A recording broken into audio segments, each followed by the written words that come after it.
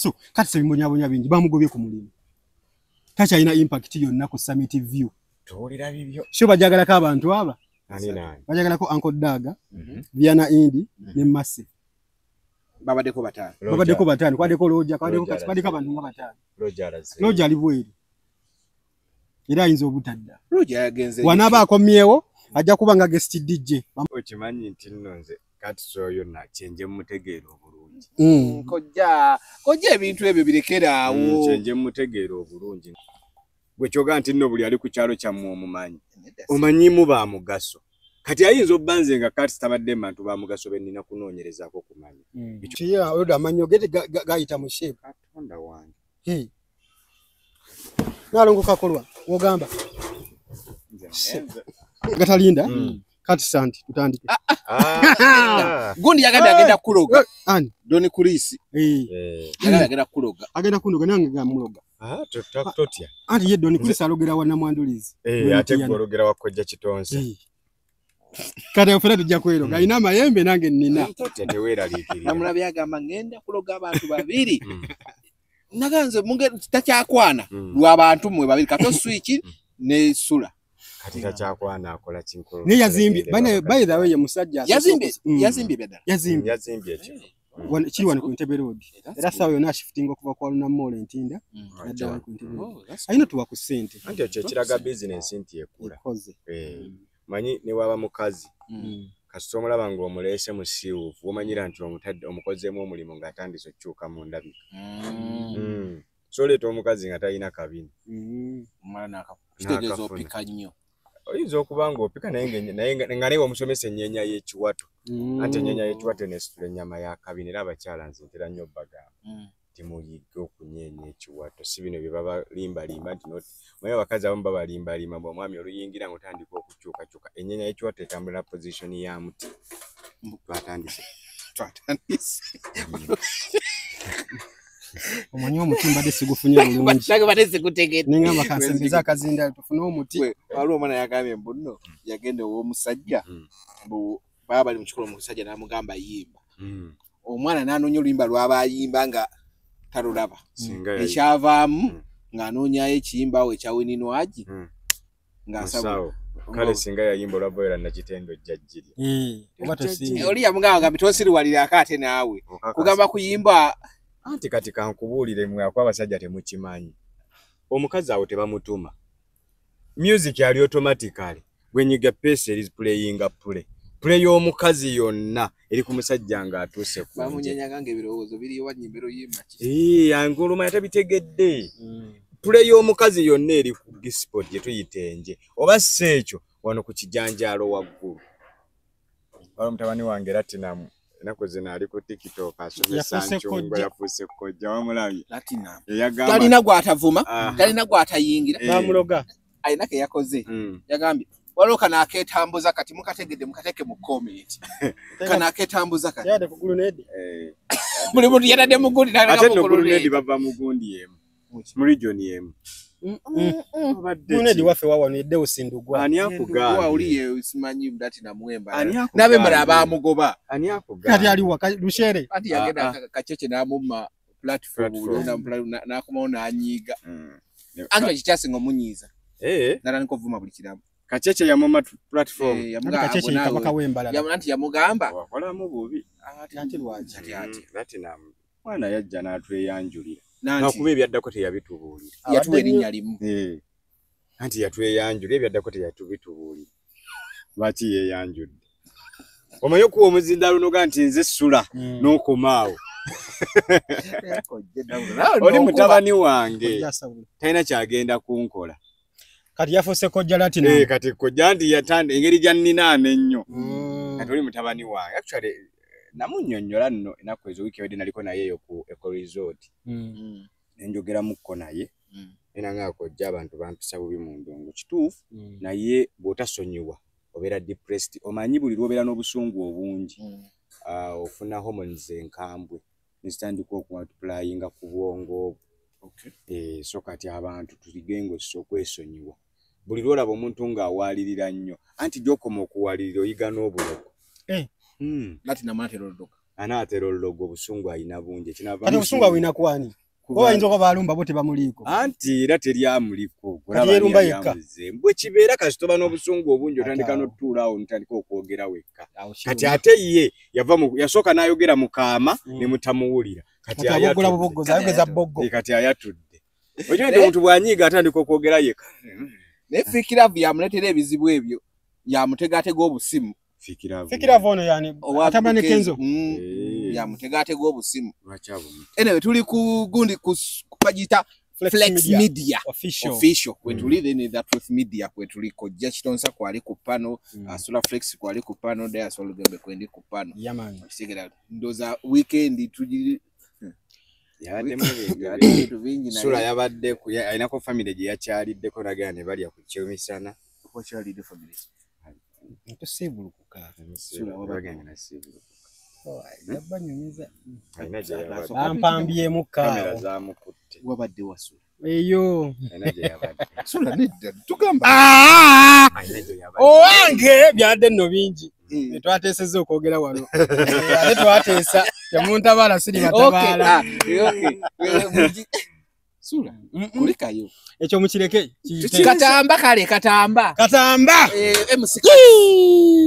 naye okimanyi nti nno nze kati soyo nakyenje mutegeera obulungi kojja ebintu ebyo birekeraawo kyenje mutegeera obulungi ngayogera omuntu yaliwo mu 19 obanga tateeka tomumanyi basi omuntu asobola okukula naye ku kyalo nga talina nsonga lwaki omunoonya omumanyi gwe kyoga nti nno buli ali ku kyalo kyammwe omumanyi omanyimu ba mugaso kati ayinza obbanze nga kati tabadde bantu ba mugaso bennina kunoonyerezaako kumanya ekyo nze nkibabuulira amazola kwa nti nze nababwira nti kati mutwa n'omuntu omukulu ajja obbabuulira ebintu ebyaddala togezanga n'onoonya omuntu atakugasambulamu nti omuteekeko ebirowoozo tokikolanga ng'oyagala obulamu obw'eddala noonyanga omuntu ng'alina kyakugattako kati we tutegedde katamba abamuffe kati juzi jjo lyabalamu wano wiki ng'alumbye Bobi Wine wiki ewedde we mutegeeredde obulinga muntu ono akola biki nentandika omutegeera kati teyalumbye Bobi Wine just erinnya teyalima jaga alina ebyama bya Bobi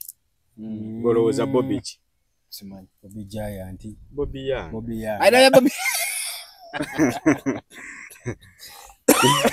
kati alina byama bya Bobi Yanga bya Bobi Wine alina bya Bobi Yanga nakugamba nti akali bakendo kalabira ku mukonda Bobi tasobola kubanga Katonda yabu blessing nga agenda kubeera musajja wa maanyi bwatyo mu ggwanga n'anoonya emikwano gye nga ye kati tekisoboka wadhania tu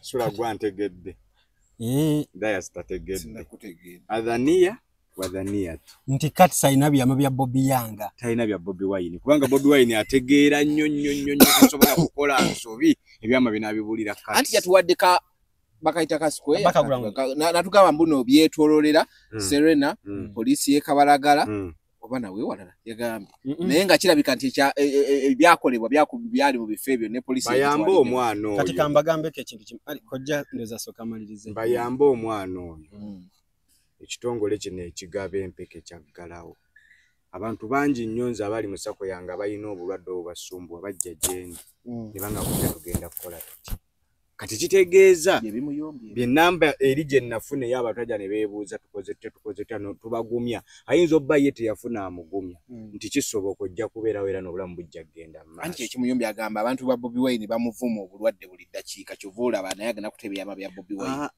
ye mwennyini yavaayo n'akonfesi n'atugamba alina obulwadde naye awangadde nabwo abumenteyinze kati ate lwaki okyejjako naye omanyi obuzibu bwe kuzinga okufa Sula ono omwana gwe baatwala mu rehab recently baddamu bamukwata nga alina bye yali abba abantu bagamba naye omwana ono lwaki ali bw'atyo nga katisi waali ati katisi mu kwewolereza ye bwe yagenda ku podcast ye kwe kwogera ebyo ate si gwe gusoose bwe baleeta omwana oyo era avaayo n'akola ki leero si kya mwana katisi alina emitawaana mingi katisi ekizibu kyalina kiri ekintu kimu ekisooka mwaka gwali gwa 2018 ndowooza baserabidde twali mu feemu awo konono ekyali feemu bwekyaliyo bagiggala katisi yanywa tolero kitoko yali tolero wali omwe gwali gwajjaawo ogwo banga bandikugera ku bwongo n'ovaako so yanywa tolero nambana nze naliwo nilikuwa nga yetoloola ati koze ichi kyemukulu ng'akyamuse n'abakakazindaalo naganze gomulaba maze ne sirimu wange emyaka 8 nemmanya nti yarajja ditolero no bali bamuwonize ku bantu ebisere bintu okitege nti ne government yavaneka omwenge gwe bayita tolero munywa by the way yes okitege wegattako ku mulembe gw'engabo nebuli yegatta n'engabo bamuga buli yegatta n'engabo bamuga tolero yalinga mulembe gwe government yavaneka ati banne buli yakozesa ku ngabo genda weekebeza emirundi egisukka mu gumu nakulabira firimu so kati sikadi mukadde kano kyalina okukola kiri ekintu kimu yamanaginga bubi embeera eyo because abantu bangi nnyo balina sirimu nga bamaze nayo emyaka 2 n'omusobyo so kati se yakola kati kiri mu kumuhantinga ekyo kyenkugambye kimulumiriza kubanga yalangirira lunaku lwali lwa 5 kugundi yakwatanga olwokutaano kakati obuziwe buli nti tiyafaayo mande olwokutaano nti omukazi gwayina eka mama Kisache Abigail fiye mutoni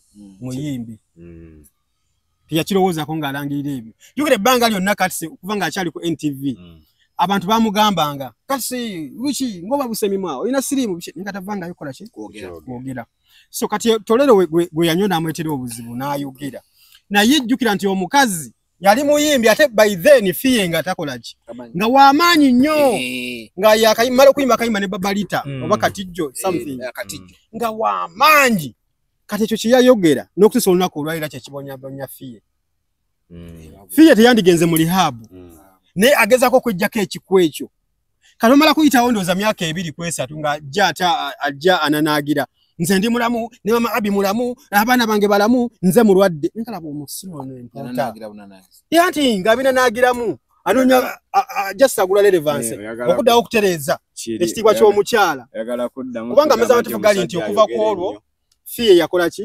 yayonooneka n'okutandika bino ebintu by'enjaga kutandika walagi biki fiye yayitanywa walagi n'enjaga yayitakola ki yayitaganako mu lihabu obulamu bwe bwonna nzijukira gundi ono manager Babalita bali bamuyitaani bali bamuyita erinnya ligenze yamugulira yamukolera gundi yali amututte n'ebyaddala nga atasobola bye yafiye okitegeera fiye kwanze nayogerako naye n'oyo musajja yennyini nga n'agamba bannange munaasonyiwa naye ndooza fiye ngenda muleka ebyaddala nti leero tuliba tuwogera bulungi enkera n'akera ng'atuvumye mugana kino ne yeekweka fiye nga afuuse ng'onooni Grace Card nga yeekweka ebintu abikolere mu mabbali bw'aba anywa ku walagi agula fiye yanoonya ekintu ekiyinza okumubeezaawo n'akawummuza muwala gye mumanyi ali ku kkooko mugenda olaba ng'ava mu mbeera so mu mbeera yonna bambi katisi simanyi katisi alina ebizibu bingi by the way era kankubuulireko kino ekintu abaami tukendeeze emimwa anti faami Katonda teyatutonda kwogera ku bakyala buli lw'ovaayo n'oyogera ku mukyala okola ensobi kubanga bano abakyala kuga nti Katonda be yawa feva yonna esookerwako fe abasajja tuyambibwa ng'omukyala amaze ofuna kyayagala kati gwe bw'ovaayo n'oga nti nze ngenda kwogera nnyo biki ekikyusa abasajja mmwe bino bimwogera luusi bitta ne famire zammwe ne zifuna obuzibu kati bw'otunuulira kati wati wali singa wali wakuuma ekitiibwa ky'omukyala naye n'otayogera biki byonna tebyandibaddemu naye olero abantu bakukuba nga bayita mu mbeera nti oli mulwadde nga bakozesa evidence zo ze wabawa kubanga gwe wakeera ku makya n'oyogera n'oga nti nze bannange ndi mulwadde ate same time n'ovaayo n'oyagala okuddamu okutereeza n'oga nti ate nze mulwadde famire bali nze mulwadde bali balamu abaana balamu kitereeza nti abaana kati alina abaana bangi era kati yabalowoozaako ku masomero gye basomera bagenda kubiyita mu mbeera tolaba nti yagendako n'ew'omukulu nga era ze sente zayagala ngeze sente zakola ki no njika ne rare falling out ne Swangs nga bamumye Winnie Nwagi era yali agenda mu campaign y'ebyo webale nnyo okitegeera Malavu me Julius okumufiira so kati ebintu ebimusumbuwa bingi nakuga nti gwe buli wetwalira waggulu Katonda ono omulaba yakera ku makya n'akuterawo eddaala n'olinnya mwattu bw'otuuka waggulu n'omuyisaamu amaaso era yalijjawo okitegeera kati yayisa mu Katonda amaaso anti buli lwoddira ebintu ebitali byansa n'obifulumya kitegeeza oba otandise okwegaana omutonzi wo buli lwoyogera ekintu kyonna ekitaliimu nsa oba weegaanye omutonzi wo kubanga Katonda takusindikangako kwogera bintu bitaliimu nsa yabasindika tusomese tubuulire ekyo kyennyini enjiri ezimba emyoyo gy'abantu okuba abalamu. Singa olwaleero eddiini tezaaliwo, singa oluusi oyinza okuba nga abamu tutambula n'amajambiya nti ngenda sanga dayasi mu mutemi, ngenda saagundi mu mutemi. Naye eddiini Katonda gituterawo tuyisizeemu ebintu byaffe ebyensa. Buli lwova ku kintu ekirimu ensa kizaala ebizibu. Kati katsi atubonyaabonyeza bwereere okumulwa nako bino nze mbibabuulira. Ate nga abantu tulina okwogerako abalina ensa bakyayamba eggwanga bangi. Bwe yayogeddeko alimu ensa ekyo kyanyiizizza abantu. Tasobola kuba yoli yayogedde ku Bobby Yanga tanayogera ku Bobby Wine. Yabazina yogera amannya ge amatuufu anti bamubuulidde bubuulizi nti Bobby Yanga tekikola gattamu Kyagulanyi naye nga ye mu kuvaayo ebyama by'ayina bya Bobby Yanga era mmwe mumukube entandaalo ajja kwogera bya Bobby Yanga kyakubwa entandaalo bagala mutabusi aliwa ani kati sebimonyaabonya bingi kimanyi kati bamugobye ku mulimu sula wasose muyita mpuuta nze wano yogedde ekigambo kamera enkutte kati mpuuta edda bannange sinakyogerako nkati bagenda bamugobye ku mulimu kalino bifune wange nze nina ali lwaki mukkiriza Uganda temulimu muntu asobola kukola bya kati si byako kutidde gwe ayoleta sente meka anti ebintu by'okuweneene ebyo teri asinga bikola kozinga TV gyaliko yakooye ebyokuweneene aweneena nnyo kati omuntu atasobola nakuuma byama bya famire ye kati bagenda omulete ku National TV agenda kwogeraako kati sayina gyalaga kati kankubuli okujjako nga alina YouTube channel n'abamukyaza bamutya ate lwaki kyeki bamutiisa ayina podcast studio nkyafu okufa obufi tewakalabye kameza bwe kati kanu buno side bed jagenda wekaninkirira olw'okuba otulaba side bed kuliko obuzindalo mwenda tebulina na saawundi yenna atudde yeegadde bw'ati ali mu pajama ya bibomboola mwogera ku Bobby Wine oba akola mu magye namulabye tewamulabye atudde mu kitebe kya compound kiswinging chair bwekiti omusajja yabadde ku Bobby Yanga ayogera yamulemye kwogera tayina yadde ekyama ekitono bwekiti ku Bobby Wine nze mumundekere mumutereeze mulayini ebyama byayina byani Bobby Yanga koja kitoosa tumuwemu katsi eddakiika bbiri mumuwadde oyo katsi tereza kamera so uninterrupted nedda nze kamawuleko ekiri kimu ekizibu ekibonyabonya katsi ali bwomu talina mukazi manyi abasajja batalina abakazi babonaabona nnyo ebiseera ebisinga naddala ngaawo basereebu abali bamanyiza okwagalayagala buli omu ekyala kirawo kinene kyani ntabulwa Ruth gwe bakwatira wano mu Galilaya nga Bempeta oyo gugamba so kati sebimbonya bingi bamugobye ku mulimu takyalina impact yonna ku Summit View tuwulira bibyo sho bajagalako abantu aba bajagalako Uncle Daga Viana Indi ne Masse babaddeko bataano kwaddeko Roja kwaddeko abantu nga bataano Roja ali bweri era ayinza obutadda wanaaba akomyewo ajja kuba nga guest DJ bamuwangamu lwakubiri awo lwakusatu nakuba mu chipin okitegeera ndwe maze negoba so bajagalako abantu basatu bakola impact Daga tumumanyiye omukyalo ono ye yeetagiza okufuna audience y'abakampasa ate akola ne ku radio yaabwe kakati ne Masse of course ayina okubeera nga DJ ayina impact kuba ayina mabaala ayina kati kasi abadde takyalina kyayongera ku show ekyateesa kati ku show kubeera mu field in fact yayita ayina na kubeera mu studio naye olumu nga bamwekangira mu studio nga yatudde dda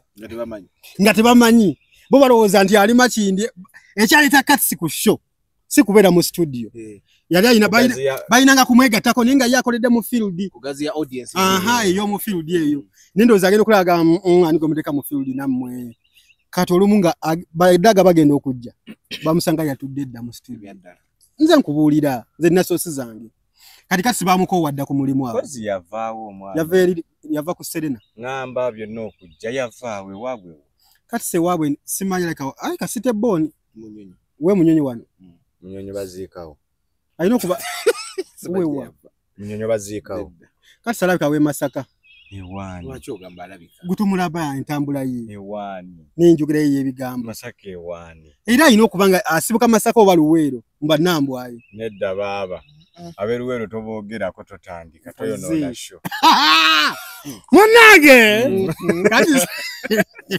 omanyi sula atandika okugenda ebitakwatagana mu sho wakati toyonoona sho kadisi abantu bayambe ebyalo bibiri byebatogerageranyamu Masaka ne Luwero kale Masaka eyo bw'aba agenze deep eri Kyamulibwa Kalungu atera nayo si nnyo nesi yogera ku Luwero muleke kale due to public demand tumulese munange kati sije kimbonyabonya talina wagenda kuddamu kukolera wonna anti talina gye yava bagenda kumugoba ate kali kikyaki ayongera ku show anti talina gye yava omuntu yenna gw'otomanyi gye yava ne gy'alaga abatamanyiiyo kati ye Katamba mbuulire ewaabwe we wali wewa kati si Musoga tetumanyi anti yavaawa wekyanja ku bijja byani ekyanja ku apartment impozi nedda ssebo kino ekintu era mmwe nammwe abakyala apartment za mkyala Golet omusajja nga tomanyi kyalo kye gye yava ne gyakutwala tomanyiiyo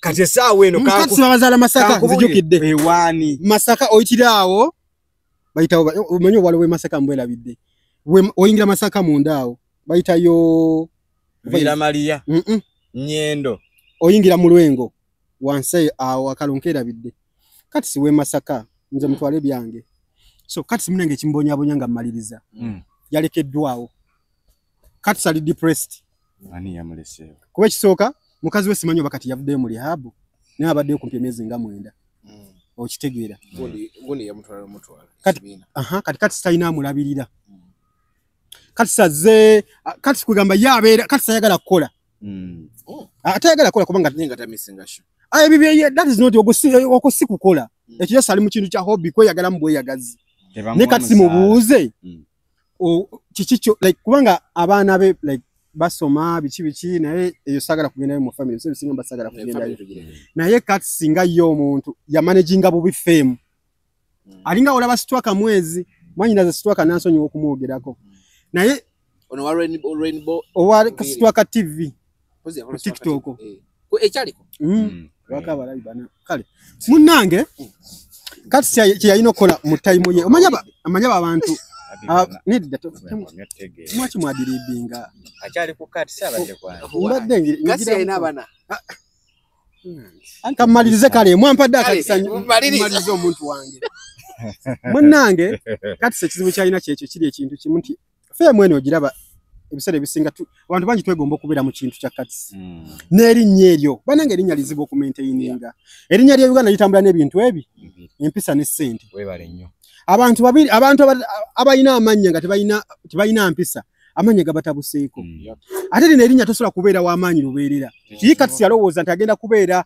w'amaanyi lubeerera kati ye teyakibala kyovula nti ebisere bisinga agenda amanyira n'awambira Kenzo olwokuba mu myesende za Federation n'agenda wa Julius Yaza olwokuba mu myeswangizi n'alumba biki n'avuma buli muntu okitegeera kati kati ekizibu ekimbonyabonya ndikati singa natereza ne composinga bulungi kubanga agamazima kati wava ku Summit View nga ye bamugobye talina wala wagenda kukolera anakola ki singa anetereza nakola ki ne yetereza bulungi nnyo n'amanya nti kakati teweerabira olugero Yakacha mama ukagolola kamenyeka bumenyesi kati kati ku myaka jya takyasobola kwetereza kati alina mutwalira awo nga bwafaana naffe tuyina omuyiga etugambe ekyo kisasalala kyaffe tukireke tandikirawo ffe tuyina kumulabirawo bwatyo omuntu yenna kasitaalemu okwetereza ng'akyalina chance kaso kubanga ate chance emuvuddeko nti ate yeetereza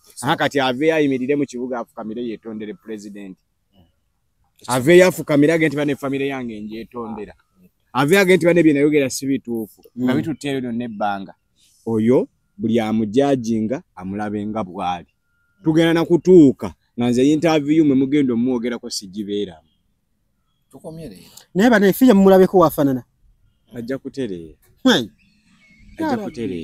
ajja nakuvaayo afuna senga ofuna omukisanula bakofiye ojja kwewuunya nti nensinzibu nenze sifulu silabanga ko backlash nga n'abantu wadde osuubira nti bagenda kulwanirako nga tebakulwanira ngati nabo bakuba bukuba nga balabi nti nina figures nadde nsuubira ezisobola okuva ezigambe omutukwatire naffe kati nze kankubuulire bapresenters abasinga obungi bwe babeera ku TV z'abandi batuuka ne bazambala ne zibanga ezaabwe ne bakozesa emikutu egyo okumanyira abantu abajja obbayamba nga bavudde awo buli lwobeera no kebeere no platform waliyo obulamu obulala nga tuvudde ku platform kati mwe bwona ogamba nti olwokuba nsanyusa bakama bange ali atya noonyiiza abantu abasinga obungi osanyusa omu noonyiiza 10 okitegeera tukikkiriza nti mulina okukola emirimu gya bakama mwe nga gye babagamba naye ate mmwe mwerekeremu embeera eyammwe ey'obuntu nga muvudde awo kati bwaba bagenda mmugoba abantu babadde ajolonga ng'akozesa platform eyo egenda kumukola egenda mu backing ate munnayuganda mulabe ng'ovudde ku wabadde akufuniramu egenda mu backing kati kankubuulire olwaleero Sula osobola okuwasa omukazi ng'omugje wala ng'olunaku n'akuŋŋaanya miliyoni ezi aziteeka ku akawunti Sula obeera musiro batotegeera tolina magezi oba tewasooka kati bw'okeera ku makya ng'omukyala akwogeddeko ekintu ekifaanana bwe kityo n'omuddiza oba otulagidde eddala obusiru bwo omukyala oli bw'ayogerako naye bw'osirika oba otulaze nti oli mugezi okusinga ye nga bw'alowooza so kati bakozesa platforms ezo ne bajolonga abantu kyokka ng'ate bw'ovaayo tebagenda platform eyo tegenda kukuyamba kubakinga mu bantu oba omaze emirimu gyo so kino kirowooza eri ba TV presenter ne radio abali mu medias bw'ova woovudde bw'oba olina omukisa ng'oyogera ne bakuwuliriza yogera ebiyamba omulimu ogwo gw'oliko ng'ate nawe bikubaakinga ng'omuntu bangi tujja balaba bwana abamu batandika n'oleeta bazadde babe mu meeting za radio abazadde begayireko baleme okumugoba naye kakati ku pale kyekwesa maama no yabadde hando naate kyogereko gwe badde bawa obuyinza yadde alina okuleeta amusanyukireko kalate gwe babujjako ate yaleeta maama kitegeeza yasoose ku briefinga maama nti maama sawa yona bangoba yangu wote wegayirire kojja kino kyo okireese mu kusooka mbadde sikifunye ebiseera ebisinga kati Sula gwa promotion andi kachiriwe kiti kojja kitonsa ye mukozi ye mukama waffe akutta obuyinza abunzije kabo boyi n'okuleeta maama wo celebrating mama ola abampadde promotion kalate nze ndeeta maama wa demotion nze ndeeta maama mama n'agamba noga nti nkwegayiridde omwana wange tomugobanga mama ekyache yakijje ku ki mama yasose mugamba ati mama bandi bubi ku mulimu buli lwe weeyisa obubi wateekwa okujjawo demotion omuntu yenna akola obulungi ayambuka eyeeyisa obubi akkirira kati kankubuulire ffe abantu bemulaba eno abantu n'atula ku kasimu ke androero nagambye mu Uganda mwokka ne muli percentage ennene ey'abannamawulire nga tebalina mpapula bagifuna batya na simu zaabwe app zajja ate Uganda yokka yerina sita ng'avudde ku radio manya ng'avudde ku simu ye kwe yetegeredde nti ndi sita ndi w'amaanyi ng'avudde ku simu ye okwo akwata akasimu ke n'asangako ennamba y'abantu 10 nga bamulaba naga nti kati ndi w'amaanyi ng'olesa oli byagambye abana oyo w'abana ye era naye yaliko ate abaana babiri omu muganda we mula mukoze waka kati naye mwennyini yamukwatidde kamera kati naye mwennyini essimu gyakutte kwalabira ebigenda maaso bantu bana bali bamanyi si yali batya nnyo ng'omukwatawo watakuwadde oyo yenna n'asigala baamukwatanga bakamiliyoni esizamaani ani gwogamba munnange togamba esezo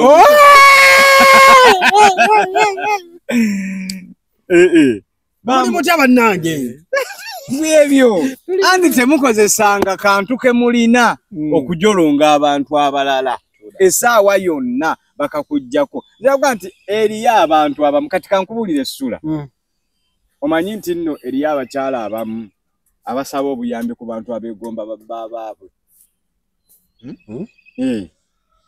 Come again. Eriyo abakyala abamu abasaba obuyambi ku bantu abeegomba babba Abegomba babba atenga be basaba obuyambi. Iye. Nkitegedde. Ng'omugagga ali eyo akulaba ku TV niye nga agamba onsanyusa ku TV nga akwegomba. Naye nga ate bye mukozesewako omukyala bijjawo oyo mugagga. Okitegedde? Kituufu. Be bangi. Okitegedde? Femme etaliimu ssente yadde completely. Kituufu. So kati ebintu ebimu bijje. Kino ekintu kikijja mu bulamu buno bwa bulijjo n'embufumbo. Abakyala nabo gye bagenda mu basenga. O 20% esinga obunene y'abawulu y'abasenga n'abakojja.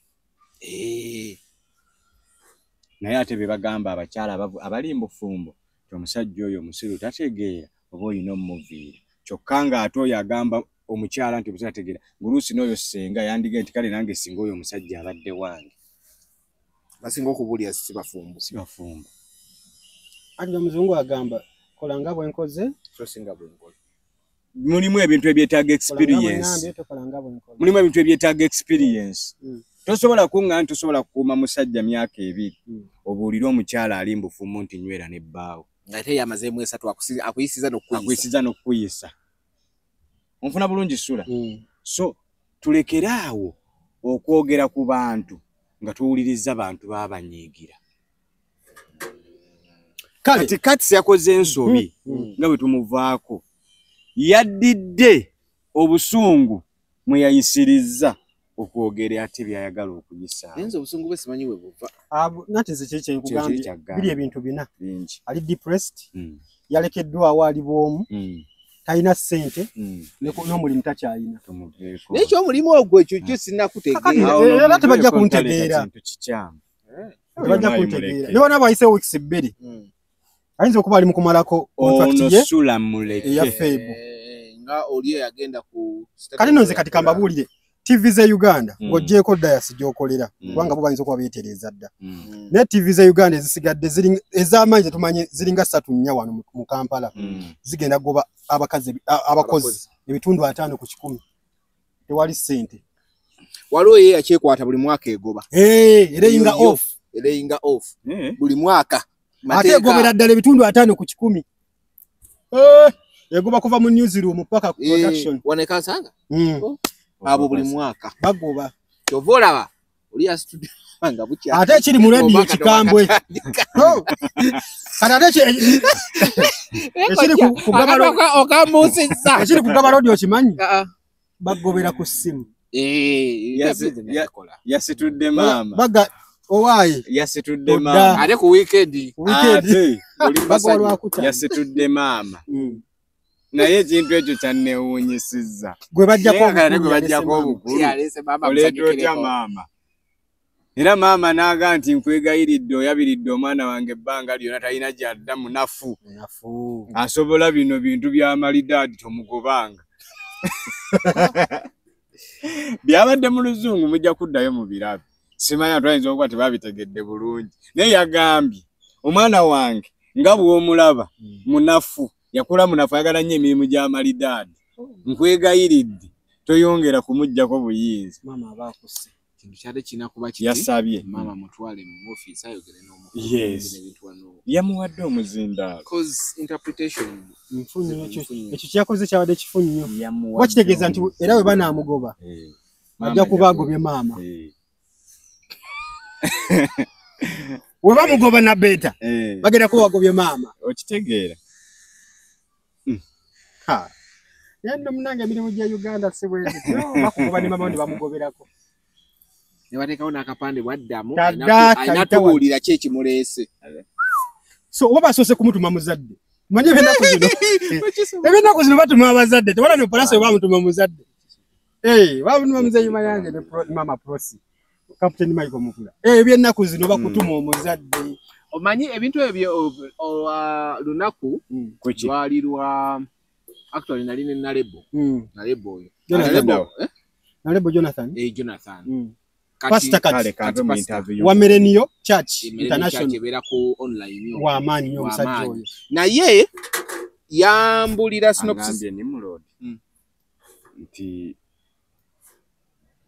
nkyogere. kyogere anti abadde mubadde ku simu naye muleke gundi na lebo nangamba ebigambo bye natandise okulabako nangamba waliwo ngamanya agogera gundi ne gundi bino bagenda bimugira bimujjako gundi ne gundi bagenda muikola we bati gundi bamuwaddeyo ka period weti gundi batandise okulaba strength ye gundi ne gundi impact ye kati yafuka liability eri company takyeyongera kota aina stunted growth takyeyongerayo era ebitiibwa bibigena muvaako nalebo nga yanyumiza na lebo limba ekijja kusoboka kati recently mbiraba nengamba kati ate nalebo talimba kubanga yali munda nengamba in fact yedoza tebagoba mugobe babagamba to reapply nagamba odi ayina projects za business za Rolex Festival ayina Rolex Festival si musajja munako tourism nga bagina mu Katubati bayina humble management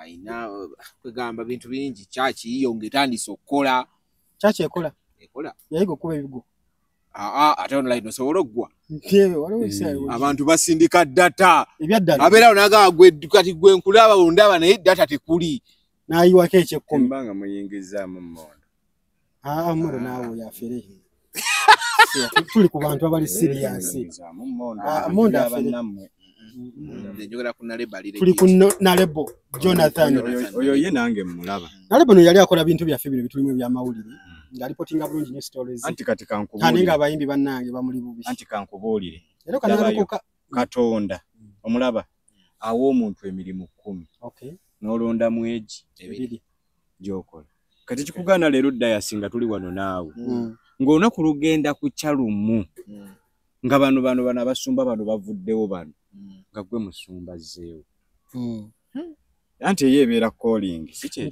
calling nete musembereza ngendiga zammwe ndiga manyi balyane nengi gokuba ebigo ngitandika nawo olowooza ekigo ki ali wano okupangisawo olowooza ekigo ki gwefuna abantu 10 bazze mu briefing sambere sendere boboshe gwefuna abantu 10 bateeke mu briefing ze nkuze mmanye endiga balyandye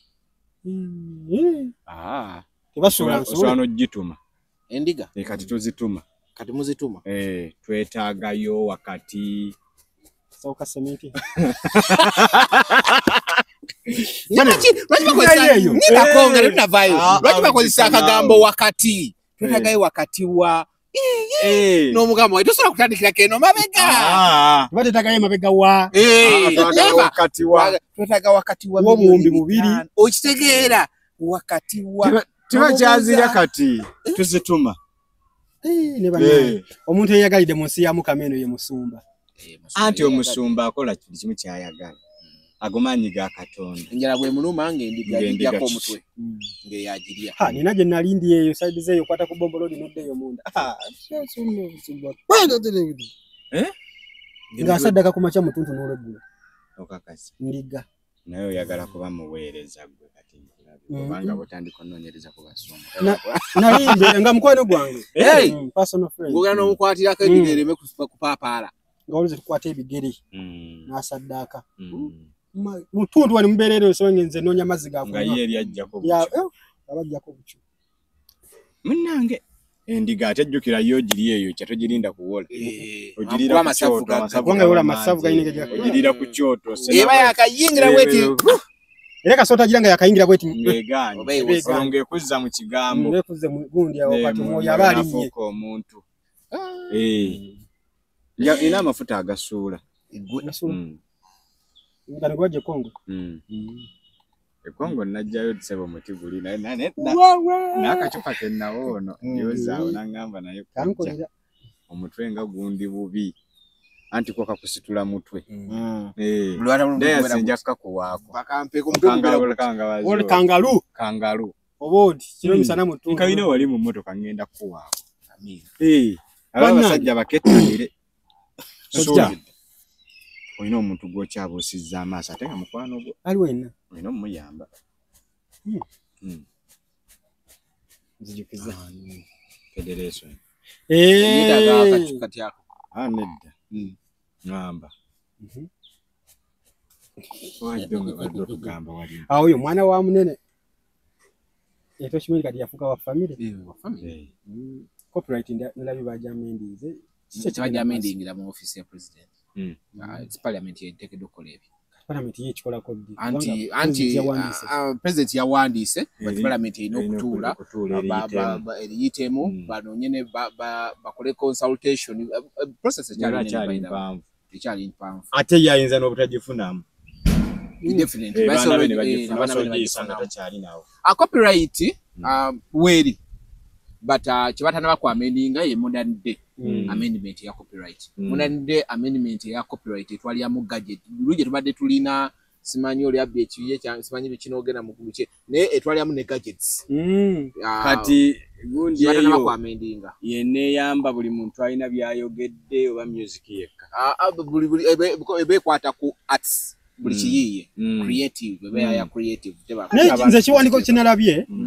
Era tebyawukana nnyo nebibadde ebyo ebya UPRS byabadde ng'ekola okusolooza music abayimbi mu mabaala biki. By the copyright weeri kubanga mulimu ka article maybe ndoza kibatanaba kugira mu amendments mulimu ka article so no nalingena nakakolako ko story naye omuntu gwe tugambeni n'okwogera nabo nga bali a little bit relaxed nga njagala nkakoleko mulimu ka article nti bulimu newoba osuubudde gadget ng'ogiyisa ku airport boat kasiteba nga it can play sound tekeddo bayino gijjako omusolo gwa copyright ebweru gyekiri buli gadget ezannya sound ng'eteekeddwa era egundi ate sentenzo nga zirina kujjawa ero mu UPRS bakale muguni yona etwala gundi ebyo babeera sure batenti sound ekozesa si wangu anti ne waba si wonti ne mu Uganda bakiriza okukunganya omusolo gwa music w'abalala on their behalf ne babasindikira sente ezo. UPRS ekikola simanyi oba ekikola naye president wa UPRS kati nakoma ku James Wasula waliwo no wagundi gwe batikako wa temporary si yoyo nga yenko yoyo ngabeera biki bafuna owa URSB ne bamuteekawo tebana bakulonda kati nalaba nko yoyo abayo abo betuminkirizanga buli lucha era lumwero bwomusanga ogwokubiri mu kuba engolo engolo temala kikonde bana tugende Wasuna beni namba so mwana wa Reverend Mulamba ona mirembe Bishop Koyoyo ebyadda wakwaya kwa maka jabangu ne basoka bamu ntayise kajabangu kiringa wola bagundi si kajabangu yakola ki anti nakugamba omuntu yatandika endongo bali omuyita Lusi yayingira mugu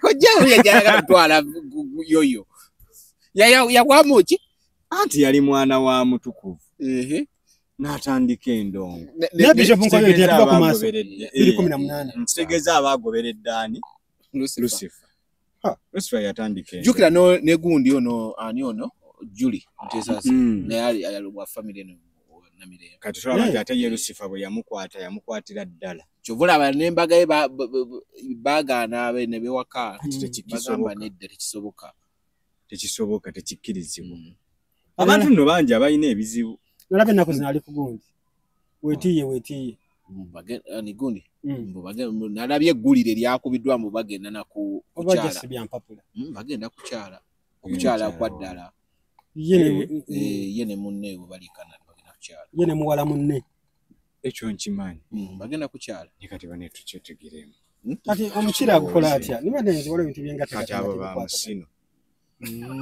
bekuuta bwekuusi bekulubesa ncungwa banchungwa 01 anti ncungwa kati kira bali banchungwa bwe bati kibogera ku lwazi okimanyi nti nno omusajja asobola okuloma nsinga omukazi n'atamuyingira omusajja n'amala n'omukazi asobola okumala kati bo bwe bakola naye kyesitamanyi ensino gino connection ebaawo kugambye nti guggwa bafunamuko ku bbiriŋŋanya bakyukkamba tekisoboka kyendooza nti ndooza abantu bo basika nnyo mu sino obudde baba bumaliraawo n'agukwatako ne gwambukira naye mbugulumu okufa wenawulira obusika tuzinga obusikisizza bwine kuzina abakazi basikira ddala emisi nobanga nasu gundi acceptable size yeno omanyi gwe twasooka okulaba tiwamulaba wali Zaya Judith gwali Judith kati bana guli gwali bawo kwali ngejinduli enkoko katogo gwe mutu kate ne katono anti omwana yayina omusini bana ate tugenzeyo dia yo kojja anti tubadde wali tubadde wali kitukasuke kuta indoza bazanyisa misino gino mpola mpola ate by the way omusino gwaguzanyisa obulungi guleeta bulungi amaziga gwo mukyala ebyaddala mpazo solo muzanyisa omusino notamuyingi olaba tajiina tube nkalejinga baginoni anti buli omukonola ogulaba abakyala nabaga nti bwe tukuwa omukonola emphasis giteeke nnyo ku musino kojja ko somere namba za simu wezi yawo zeri kojja kitonsa kwata omusino guno ate bwoba ogusika gusike tukiita speaking environment mulimu abagusikane gubulire eno wansi mu matama gwina kutumbira guti gwina kutunula waggulu gusike gwo gusituke waggulu then tukwata ngossa bwokwata abaana balongo ngossa oyise eno mikono wansi amusula bwe byetegereza mpulira nyabwe ngendo sika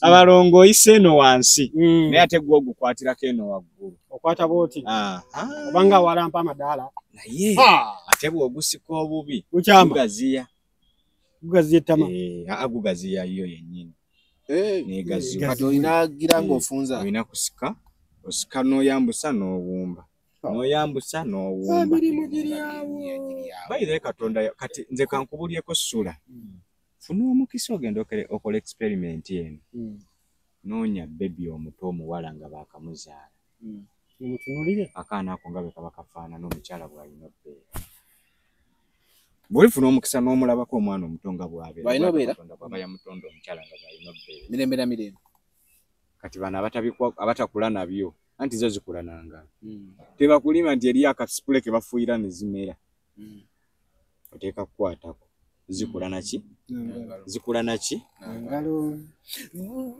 desire kyabadde kiti agulawo dduuka lya Gomesi desire ali mishana nakati ali agulawo dduuka bino bye batukamye okwanjula tebyabadde ani amwayinza okwanjula desire saawa zino kundi ani Levikson naye mwana mtonyo ku desire bana yamulekera okubikkirira desire ina kwa kati Levikson ina kwagala mwana wa desire oli muwala we biveke ebyo yamuzaalira wa kyekyo alina kwagala muwala we Levikson alina kwagala mwana wa desire nange sisobola kubanga ndi musaizi ya Levikson nange nenjagala desire mwana bwafaanana mwana Michelle omanyi wafaanana alina ebbira likomene Masaka na Masumbi ng'ogenda ne mama wo mukadde mama teri mbwa ezaala bbumbuzi Michelle mumuleke anti yani amuli teri mbwa ezaala yaweze 18 tukkirizibwa oba wegomba mama aba makasi tamusobola oyo munafu oyo aba munafu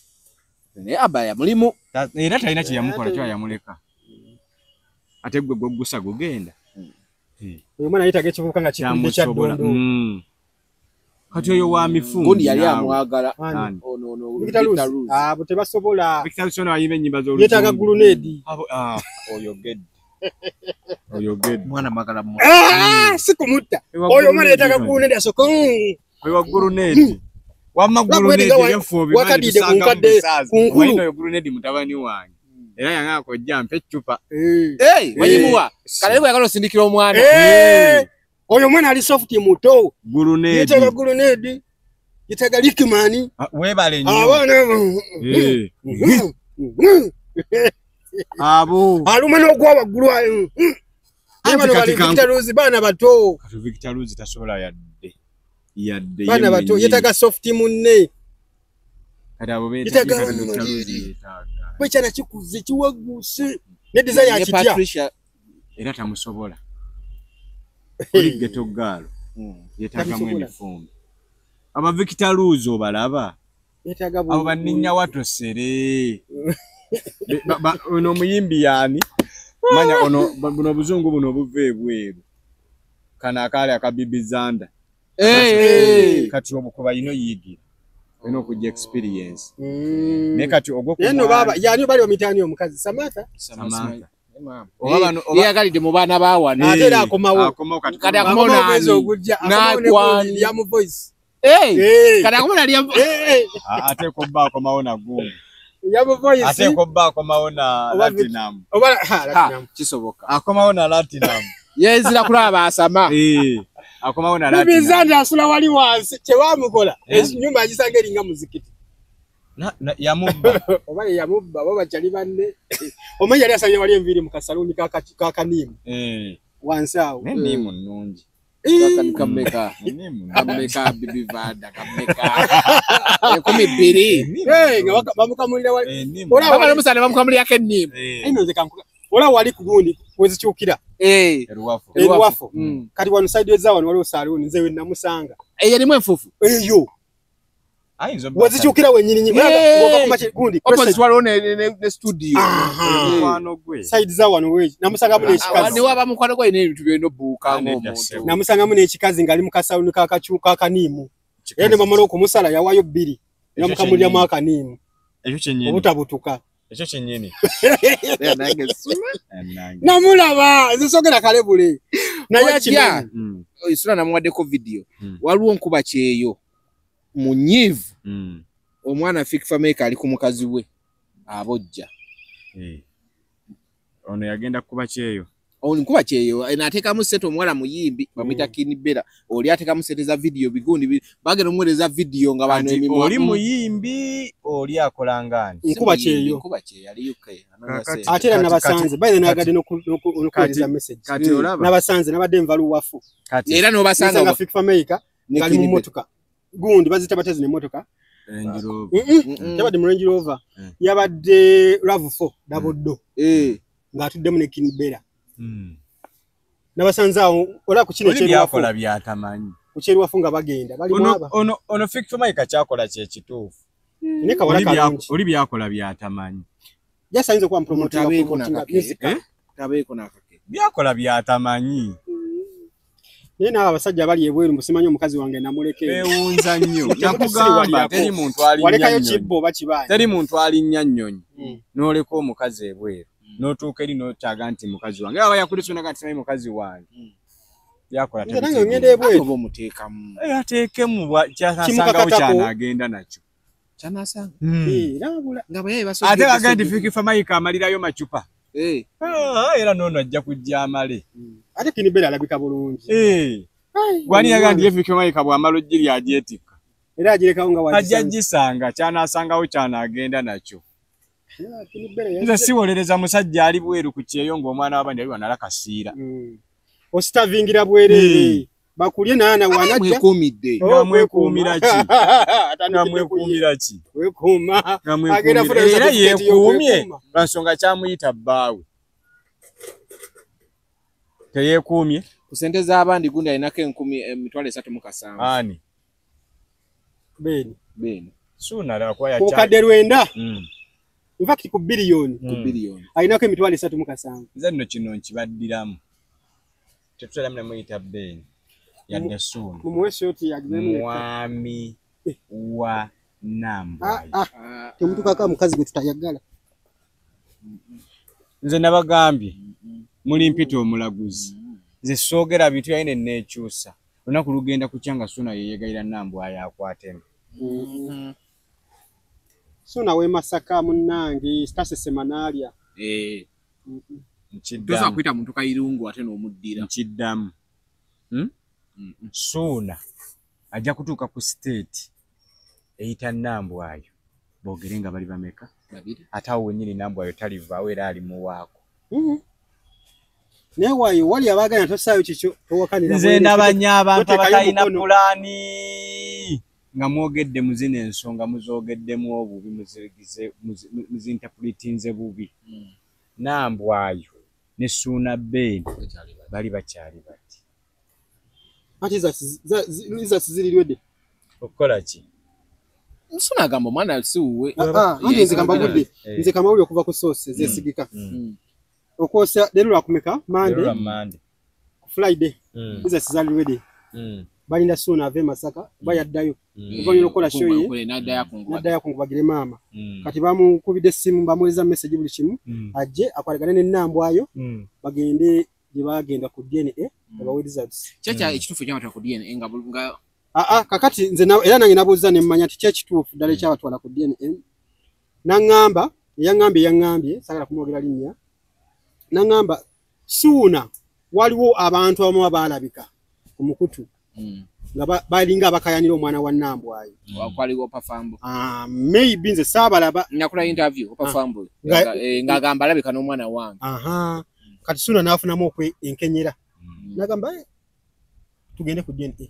Nenze abantu abasinga nnyo aboogera omwana wa Ssuuna biki tebalabanga ku mwana. Nze nalabye ku mwana. Chemanyi okufana Siruganda. Wadde Siruganda waliwo emmere wadde abakazi bategwa olubobbo.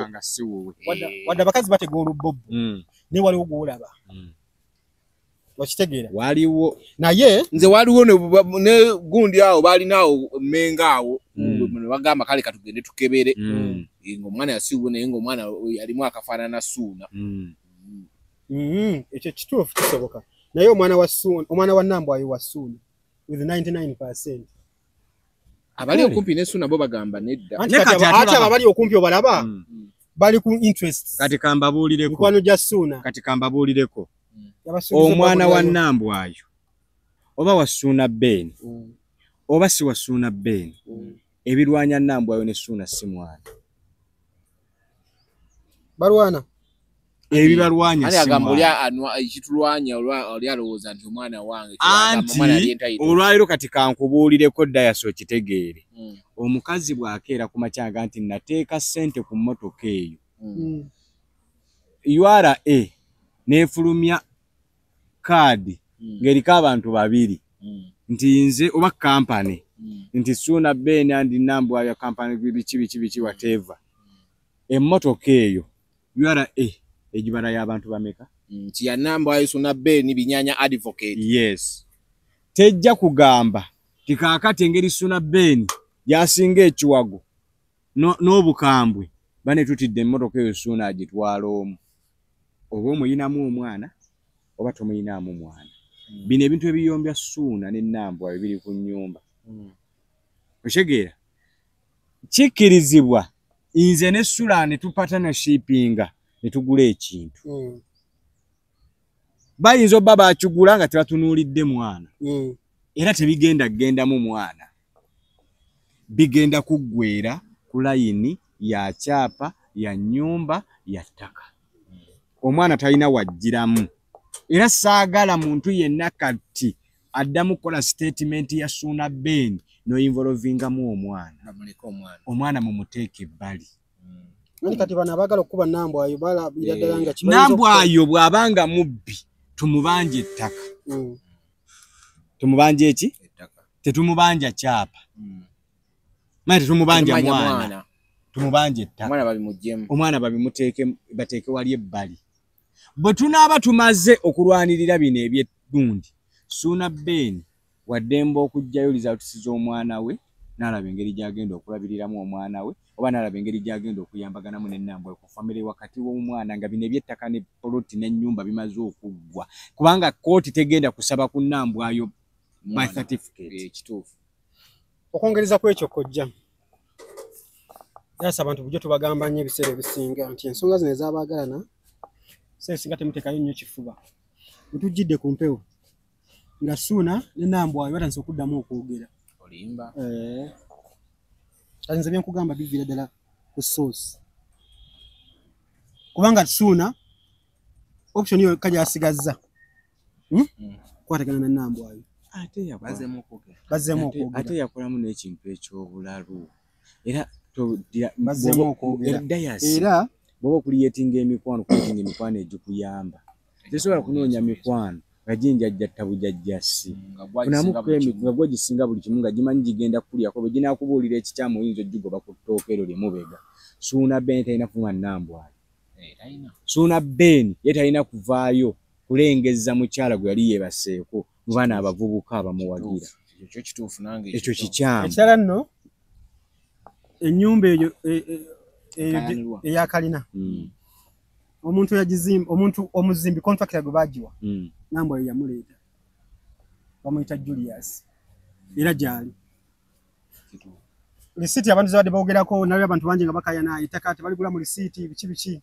Lisiti ezagula material okuva ku tipu y'omusanyu esooka eri mu manya ga Nambwayo ne Ssuuna Ben kwadiwo zonna ne bagulanga ebintu ebyo so Ssuuna naye addenga akimanyi Ssuuna yagenda yayagala okukiwakanya like ekyapa nagamba nina kubeerako nzekka nakosa Amancholo nagenda mu Minister of Lands just okwagala okugamba nti yawandiikira Minister of Lands bakyuse ekyapa okitegeera ne bamugoba naye ng'agenda oddeeyo yakuguza ettaka ne yakusayiningira transfer kati ate yali amaze okusobagana olwedde nani ne Kamoga kati naba nga option yokka gy'asigazza yakublastinga Kamoga wonna waba afunye omuzindaalo kati era ekyo nakyo amateeka gakoze eki okujja nga alina biliyoni namba ekirwadde bakimugaanye kati Ssuuna kyasigaza kiri ekintu kimu Ssuuna akolamu ensobi tetugimunenyeza ekyo tukikola bulijjo okitegeera so mu bulamu bw'ensi eno tulina abantu betufuna ng'olumusibi tulina okuba nabo Dayas fena tukkiriza tetubadde wano mu kibuga ebbanga lyonna twajja buzzi ne mu bulamu bw'ensi eno obanga osuumusi Mukama ng'akusuumusizza akuwadde eddaala nga Ssuuna lye yamuwa akukozeemu omulimu waliwo abantu b'olina okufuna mu nsi muno tolina kulemera ku bantu olwokubanga ovudde Masaka ewaffe oba ovudde Luwere ewaffe oba ovudde Mityana n'ojja e Kampala still n'osigaza abantu b'Emityana bewwa okitegeera ekyo olumu ebiseera bisinga tekikola waliwo mu bulamu oba mu luzungu bakitandooza OPQ banampabula OPQ only quality people OQP only quality people yes nti mu bulamu bw'ensi eno olina okufuna only quality people OQP yes nti Ssuuna yakolera ensobi yafuna bali ababi abakubi b'enduulu n'alema okufuna only quality nti kati ekimubonyabonya olwaleero nti byonna bye yakola Nambwayo tasobola kuchallenginga Nambwayo kubanga byonna Nambwayo bye yakola yabikola ki mu mateeka nti ekisookera ddala kamalizayo kojja Nambwayo mwami Kamoga wa Kamoga Property Consultants munnamateeka omugundiivu kati ekyo kyembaga nti mu bulamu bw'ensi eno n'obanga ogula ekintu ekimu okuwanyisiganya ssente please have a lawyer okitegeera beera ne munnamateeka ekintu kyonna ekirimu okuwanyisiganya ssente beera ne bannamateeka gye bali babwereere genda ofune lawyer akudraftingira ebintu byonna obeere nga otuuka okusayininga kamalize kodde otuuka okusayininga nga bwe kimu kitambula bulungi kati Nambwayo akalipo ke yatega Ssuuna yafuna Kamoga wa mateeka ate nga yabaguza kati ye Kamoga n'adraftinga ebintu mu mateeka byonna nti Ssuuna ne wanaatambula ne wagenda mu Minister of Lands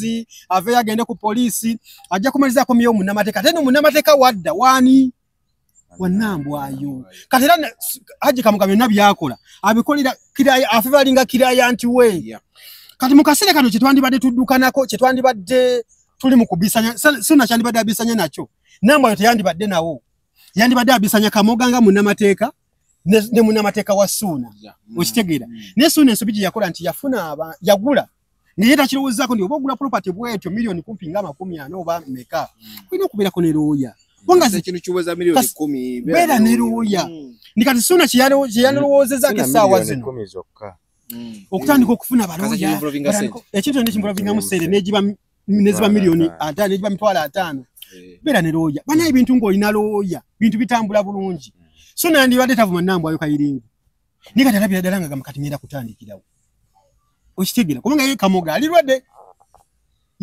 kyonna ekijja era Ssuuna yamuwa 24 hours ajjewo ebigambo biri bye yayogera nti Kamoga mubbe biki oba si ekyo yeetegeka obukadde 9 yamugambe alumuwala agenda akuba ekyo kati mu mbeera yonna era Ssuuna yalina kusirika naye Ssuuna si musiru mu bulamu bw'ensi eno tuba tukulaakulana bintu bingi nnyo ensobi ze tukola naye osobola okuzivaamu mama wa Ssuuna waafiiridde Ssuuna abadde amugulidde ebibanja ebisoba mu 5 okitegeera jjukira nkati eno ebeera nga process nti ono oba bakunyigiriza toddamu kola nsobi yakubiri kati Ssuuna tasobola kuddamu kola nsobi yakubiri ajja kumanya engeri gye bakolamu ebyapa kubanga osooka n'ogula ekibanja step eddako yakowuninga kyapa kwegula mu kyapa kati waba n'ensobi gye yasooka okukola eno nti ennyumba biki byonna balina engeri gye bamugattamu kempiki kati eri mu bibanja byagulidde maama kuba kati biri ebibanja byonna byani bya Ssuuna kuba maama yakoze eki maama agenze kati alina okumanya nti okay mu bulamu bw'ensi eno kati ebintu bwe bityo bikolebwa naye yajjeko balusikino bano babeera balowooza nti we tunakuba ennyo endere Suna ajja kundabangulirayo kilo z'embizi 2 okitegeera Suna alina okujjako abantu abo kozi yabagulira mbizi kati ekyo tetuyinza okwogerako mukadde kano okitegeera so yejjeko abantu abo nze naliko n'omuntu omu naŋŋamba nga Suna yakamala okwogera ebintu muntu wama nnyo omusajja mugagga naŋŋamba Sula jangu nitutula awantu awamu naŋŋamba Suna abadde n'abantu bameka ku makutano naŋŋamba kino nnyo okulaka gwaweza omutwalo naye kubanga gwaweza omutwalo kwa abantu bonna singa tubatandise okukola okusengejja bantu bameka balina ekyapa oba balina point wano mu Kampala nga balina ekyapa kale n'ekibatano ku 10 bonna bafakasa nuka tuyinza okulowooza mu kale bayinza okubanga 10 nagamba nedda ku mutwalo ogwo abantu ababadde ku makutano oyinza osanga nga balimu nga 2 okitegeera ate ng'ekyapa ekyo bayinza okuba bakifuna because omusajja yanyumiza engeri bagenda ku kyapa n'okuvaako kuba kati ne mubuuza nti kakati kali mu mbeera eno eriwo nambwayo ku kyapa yayingira kati era waba yayingira kati waba yayingirako haliko ngani nangamba kati sawa zino tuba tutunudde ensonga zino nga bwe ziri esooka nambwayo ne Suna si bafumbo ne badde bapatana mu business nga bakola bonna ebyabayina omwana ebyo tebibakwata ebyo tulina wobireeta mu sawa zino kati nambwayo ku kyapa aliko nga administrator kati administrator oyingirako otya kitegeeza nti transfer zino zonna zakolebwa mu mateeka nti nabana abasajja nti receipt zino zonna receipt kugula bizimbisibwa kugula musenyu kutandika kuzimba byonna bibanga byajja mu mannya Suna Beni ne Nambwayo of course ono mukazi yali asobola qualifying okulabanga asobola okubeera ku kyapo huko mu mazima amatuufu kati ne tugamba nti kakati avaako atya kati okuvaako tasobola kuvaako asi wati wavaako okujjako nga Suna tudde ne Nambwayo ne bateesiganya okitegeera otherwise Nambwayo takyava ku kyapa kubanga isooka obeera administrator ku kyapa obalirwanga 50 olinako 50% no proprietor nanyini kyapa naye inako 50 kitegeeza kyekyapa mukigabana era babanga bakutunda estate eyo bagitunda buli omu n'agabana ssente nga za kyenkanyi yetugamba kakino tuyinza kivaamu tutya n'agamba nanyumiza n'aŋŋamba Suna kati bagenda mufra bakuyita ku frustrating bagenda mutabula obwongo nga tasobola kugenda mu mulanzi tasobola kugenda mu mateeka nga kyasigazza kuvuma mugagga n'omugagga bamuganya okola ki okumuvuma kati kyasigazza omukazi yetukize tamwagala okitegeera naye omwana waali ate omwana tesobola muteeka mu defense ya kino kubanga era nemunyongera nemubuuza nti lwaki omwana ate bamuyingiza wano nagaba abantu abayingizaamu omwana basiru kubanga ekisooka kati woyingirizaamu omwana kitegeeza Suna afudde era kati muli mukubala mwafunye rate of administration okugabana estate y'omugenzi wemutegeera nti kakati omugenzi yazaala omwana era omwana abalibwa ku kyobugaga ky'omugenzi naye mukadde kano omwana n'ebinaava mu DNA engo omwana wa Suna basi wa Suna Nambwayo tekimukosa ate n'ekirala Nambwayo yafuna kooti bagita court of injunction kati eyo court of injunction ekuumira Nambwayo mu kifo ekyo wabula Suna emukugira okuleetawo abakazi n'emikwano gye era Suna tebamugoba mu kifo ekyo injunction bamugamba nti toleeta bantu bamalako mukazi miki ekyo ekintu injunction eyo girabe so twala emyaka aga mitono nabiri mitono nga n'omusango tebanne banagulowoozaako yadde kubanga nti wabali kuwolereza okitegeera kati mu mbeera yonna eyo injunction kasomero gifuna wepaba kitegeeza nti byonna ne Nambwayo okufuna injunction eyo akyalina oli munnamateeka waabwe yakola ki eyamuguza kamoga byonna kubanga Nambwayo yoyinza okuba talina bwongo obwo bubale ebyo bintu byonna newe okulagana n'owamateeka akugayininga process by process kati wano dawano Suna yechi yalowooza nti yagula ku kamoga nga property consultants kikuzzaawe ku kiri kyenna kugambye nti property consultants lwaki nti olwaleero bonna abasinga njakosa ekigambo ky'obubbi babbi munnamateeka wakunyiza Dayas omuwaabirawa mu law council okitegeera naye ba property consultants wakubba ettaka n'apunta bubi ettaka lyo omuwaabirawa tewali okitegeera so kati mu mbeera yonna bino byonna bye tulimu Suna ye akkirize yakola ensobi zikolwa mulamu naye tebannaba kumugoba wantu abo akyalinawo obuyinza ye ng'omuntu era waddembe okugenda n'asulawo infakiti kalina eri ya myaliro 2 oba 3 Nambwayo asobola okumuleka wansi ye ne yeesulira waggulu ebyo abantu tubirabyeko nnakojja wangalise kukwawo naye kyamutuukako bwe kiti era yajja n'omubaka wa Kampala n'agenda n'asula waggulu omukazi ng'asula wansi n'omubaka wa Kampala wane yaliko mabega so ebyo bibeerawo byonna so kyonna kyalina okukola Ssuuna kyalina okukola kiri ekintu kimu akkirize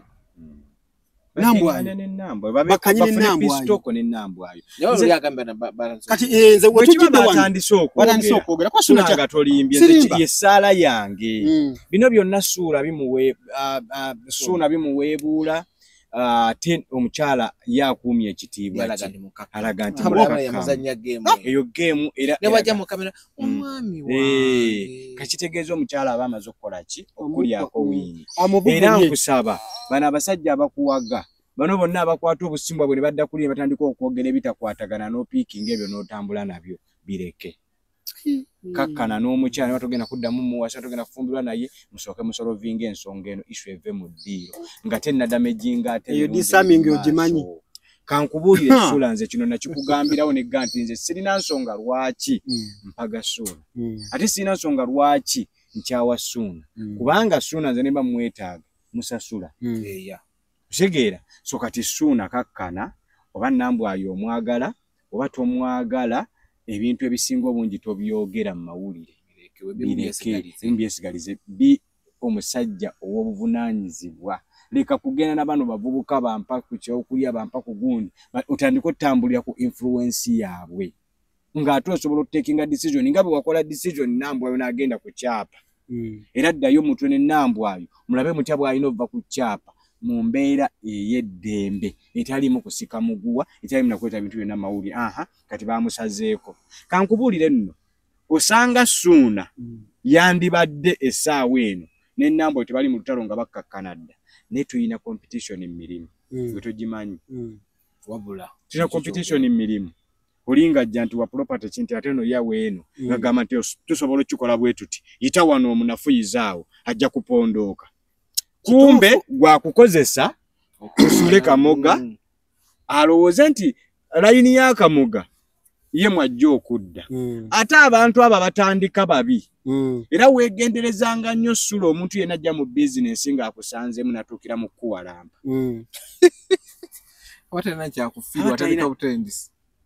kati bakozesa gundi ensobi Ssuuna bamugamba kisoboka tusobola okugyayo ekyapa kyaffe naffe tuli mu mataka kisoboka ne bayitira mu layini eyo ne bamubisa Ssuuna yabadde agambye nti agenda kuba ennyimba era natunde ngamba kati verse Ssuula kamugegera kwa mu verse ki oli mutabani wange mulumba oli mutabani wange nakugambye oli mutabani wange nakugambye ekisinga omutabula wulira nakugambye ekisinga omutabula kiri ekintu eki kamera alwawo ziraba akatiba yafuna kamu anti kati kambabuulire bino buli muntu afuna omuntu ow'omugaso omulamu onule quality people wakizotya opichu yes so tuve ku bantu bano banjajjata munange wesikole bwenti tojja kunkolera kino nammwe abatagulanga ku poloti baziri ku lukalu bazirina ekyapa muli ku ttaka lya Kisenyi ttaka lya Kabaka lya Ndagaano gundi abaddewo ne gundi abaddewo emboozi z'ebyapa muziveewo akana kalina tekeje kakubisanga oli ajja namugamba anti kati abali mu kwogera ku guno omusango tebalina ttaka lirina byapa singa kivuddeyo nga discussion zino zikolebwa ku bantu abalina ku byapa kyandibadde Ssuuna yategeera dde ekyokukola abantu abali emabega nga boge nti abali emabega wa Ssuuna balina bulagaano abamu ebiri mmanya gaabwe nga bituufu national ID Nambwayo bamuga Ssuuna bene yagambye bwati we yagambye waba yabagambye kale kyekyo oli mwami wange nengamba la isamingi eyo aba akusse ngaina kateka anti oli mwami wange anti omwana Nambwayo oyo omwana ow'obuwala naye nga bamugamba nti Ssuuna yagambye oli kayiri kunaga erinnya nze sirimanyi nga no bwaseka nga takalamuse takoze erinnya nze sirimanyi abakuyisa akayiringu ani yakampise nze badere linya sirimanyi Naira.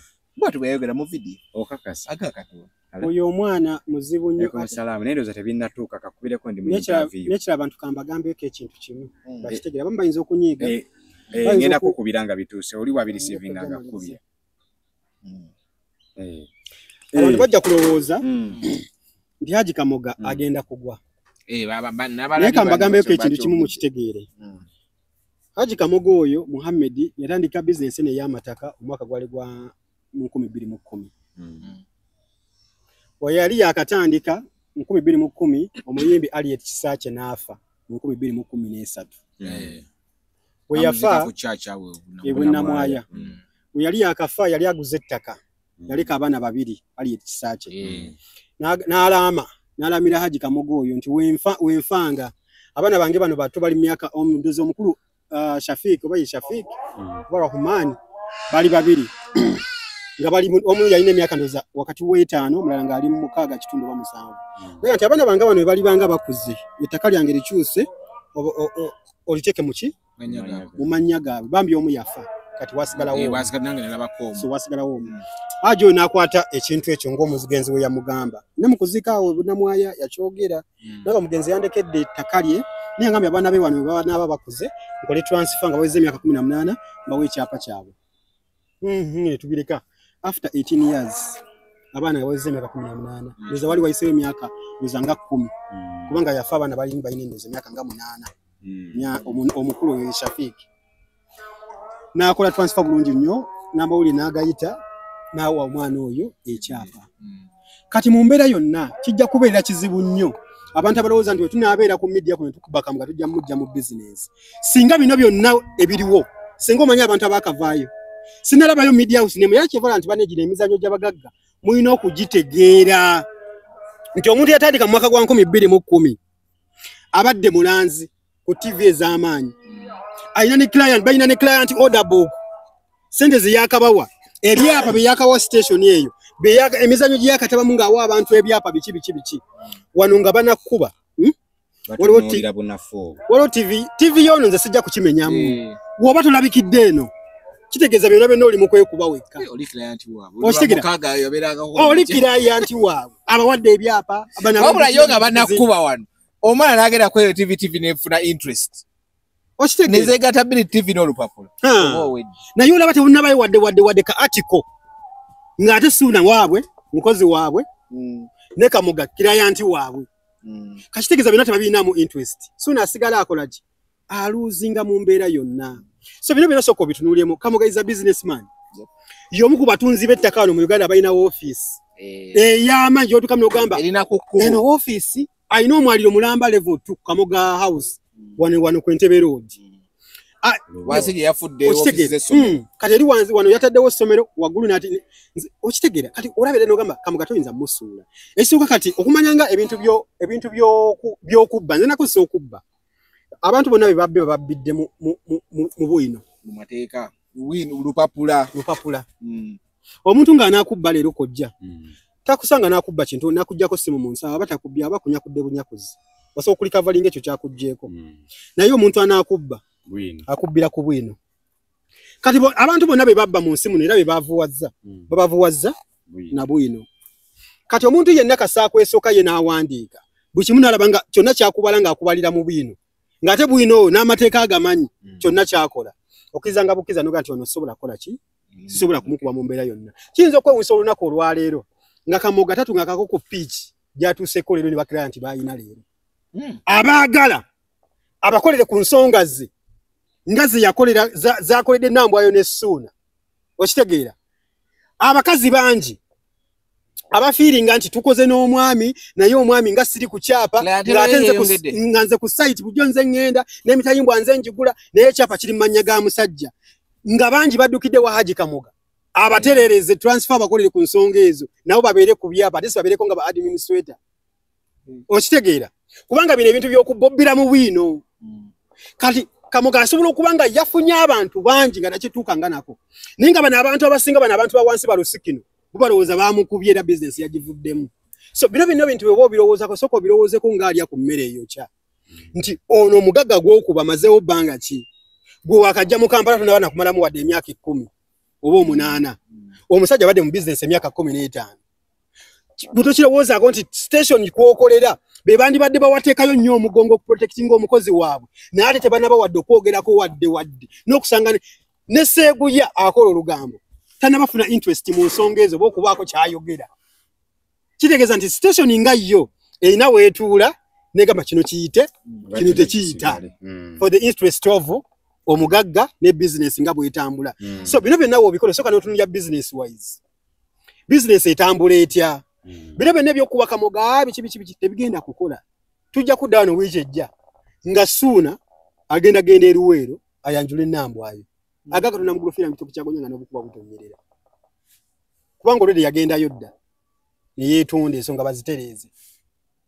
video njiina wanyize njogedde bwogezi nga muntu tebugenda video njiina nze soogera kalebule abantu bakimanyi nga Nambwayo ye mukyala wa Ssuuna Beni omu kubanga amazima amatuufu gali nti abakazi bano bonna boolaba abalwanirako Ssuuna abamu abalinamu abaana era bafaayo nnyo okulaba nga bagoba Nambwayo mu nnyumba be baagala baddemu ate ne bana abakyala abalala abasinga beeyita bakansala baki baba ne interest mbasajja b'abakazi abo bino nze mbikugamba gwe tulabanga omukazi avuddeyo akalambidde akuba bbaawo ng'oli mukazi lowooza emirundi egi either amukuba amwinamu interest ayagala amweddize kati kangwe teri muntu alumirwa talina kigendererwa bino kwata byange bwolaba ng'omukazi akute oyo Ssuuna talina magezi nakola bwati oyo Nambwayo tategeera buli muntu alina interest buli muntu alina interest bana abantu tubayambe kwatagana bagende beesootinge so sigwe kulondako side nti gyengekomerera bazalina balongo webale nnyo kolode Ssuuna alina abalongo bapeya 2 kati nze kankubuulire katako abalongo ba Nambwayo abajja zepeya 3 bana 6 kati nze kambabuulire abasa abalongo kati nze kambabuulire nze Ssuuna mwababeera ku social media zammwe ne babawa amasimu ga iPhone mujja ne mukuliyetinga bu TikTok page ne mudda ku family z'abantu okwonoona muyina ebigendererwa abamu mwegwanyiza bakazi abo abamu mwegwanyiza basajja abo kubanga mwe teri motivational speaker alina maka nze waliwo n'abantu bennalabe nga boogera ku mwana wa Ssuuna naye nga bo anyway bantu era bajja kubitegeera ndowooza babirowooze bwe batyo naye ng'era bye bituufu bagambe naye kuba nti talina mwana naye temumulangira anti kati kyekyo abantu nze kye nabagamba w'omanyanga obunafu bwo tewejjaayo w'omanyanga nti olina ekizigiro mu nsonga wezi teziri sirias zirimu abaana toyogera kyenabagamba naye abaga teyakyagala namwe temumuvuma nnyo kuba naye teyakyagala akitegeere wali omugenge tebaweterawo ngalo iwe yandikitegedde nti talina mwana amunoonyeza amubuze toyogera ku nsonga z'abaana kubanga omuntu bw'atyo waba ayogeza feelings olw'okuba ye yamubula oba okitegedde kyenkugamba anti kati Ssuuna kankubuulyeko kino ekintu okiraba ebiseera ebisinga tuba n'emikwano gyaffe kati olaba Ssuuna oli mukwano gwange osobola okufuna ensobi nesisooka kulowooza mbutya bwe ngenda kudifendinga abamu ndowooza ye baleetera okukola ensobi mu mawulire naye ng'olusaba na intentions nnyo z'amaanyi naye endowooza zaabwe zibaleetera ensobi kati nze ku nsonga y'omukyalo oyo engeri gy'amanyi Ssuuna Beni okusinga Nambwayo yabadde agezaako okukubira Ssuuna Beni paasi n'atasooka kukirowoozaamu ayina omukozi akola gwe bakola naye nga mukyala wa Ssuuna Beni kyekyo kyenkugambye Tina Nangonzi ate nno Tina oyo muwala wange baludde okimanyi nti Tina ye first born mu bakyala ba Ssuuna Beni era nti yamugya eri n'amufunira eno yalina omwana 16 naye Nangonzi yazadde Nangonzi ayina omwana simanyi naye kyemmanyi Tina yali ye Masaka era nga Tina ye yali mukazi wa Ssuuna Beni naye basooka ne bakyankalana ebyaddala kati ate mukudda mu party 2 namugala naye kankufunira omulimu ewa Kampala kashizira kyali mukazi we of course karate Divine atoba ye karate Emily Nalongo abo bakyalo omusajja tabali bwanza ete tuddamu ebyo ebyo tetubiddamu omusajja tabali lwanza nzaalo abo basajja waddembo sajja laato omusajja luba lwa mbuzi lwegaya buli kaddi kati waba yeegaya mwagayira kamyu yagaya kamyu ajja musesema yagaya kamyu ajja musesema ketonye kagwake bagenda kukwatagana n'akamyu n'ekirala abantu abali mu musango guno tukimanyi Ssuuna mumwagalanye nange mwagalanye kubanga Ssuuna ampa inspiration y'amaanyi nnyo musajja alina engeri gy'akozeemu ebintu bye ye DJ kasoose okuzimba kayina ne bano ba DJ b'ekkololo bakyali mizigo kuno kusala amalodi naye nga ate babadde ebbanga ddene so Ssuuna ba DJ b'ekkololo nene DJ ennyumba gy'asulamu nene enzimbe bulungi naye ya mukazi nga ya mukazi ono ali wala Ssuuna ne ku badongo kakati kasita anyweza omugongo abo bacupa era ayina we era bagenda kumugoba ku mulimu muleke tukomewa koja tugendayo koja tunabula tetunywa amazzi koja oli munene nnyo oli ajja tutomera emmotoka ye koja tuyogera kyokka bambikambagambeko ekintu kimu ekisomamu ku internet kuno tulinako abatunda amataka bangi kino ekintu bafunye interest bawako ba blog abamu balwanise haji naye njagala okubagamba sinafuna yansasula anti kati njagala okubagamba ekintu kimu kusasula lwansonga olina omutima omuzadde ate oli musajja mukozi kino ekintu abantu abanafa bakatandika ebyenfuna bagenda kukibuuka be bali benkugambye nga nesimu bakadama be bagisonda iPhone kwakotadde akapeji ka TikTok nga bakadama be bagisonda kati omuntu ng'oyo ow'omwoyo omutono omusajja ate obutamuwa mitwalo 2 n'ayonoona bizinesi yamunze abantu abo bataasoma mawulire ne bakwata essimu Sula abantu bana bataasoma mawulire bakwata essimu abalina tinti mu mutwe kiki abalina tinti nga seraliikiridde balina sadolin olina engeri gy'omubyemu panci awo kyakola layini yange oyingiza mu bintu bitagasa amukubye akalipo sokolekeze mmalirize gusa owedda sikuwa gusa nze nkomye ku tinti nze ngenda byange ngasigala masuuka nze ngenda byange wamma mulumirirwe abantu ne bizinensi zaabwe gye bazijje wala omuntu ajja kukola ekintu omuntu ave mbulamu bwensi bakugamba nti alina okuwonya mwami gundi yali gindi ukitegeera mwegendereze saagala kamera ne baleetere kubeera excited mu buntu butonotono bwogenda nti nze ngenda kulumba Sula nga bwe mulumbye kuba njagala peji yange ekule ejja kukula tejja kusasula sente za kujjanja walayi ejja kukula naye nga tekujjanjabye nga tekuyambye mugende mpola ku bantu be musanze mu mirimu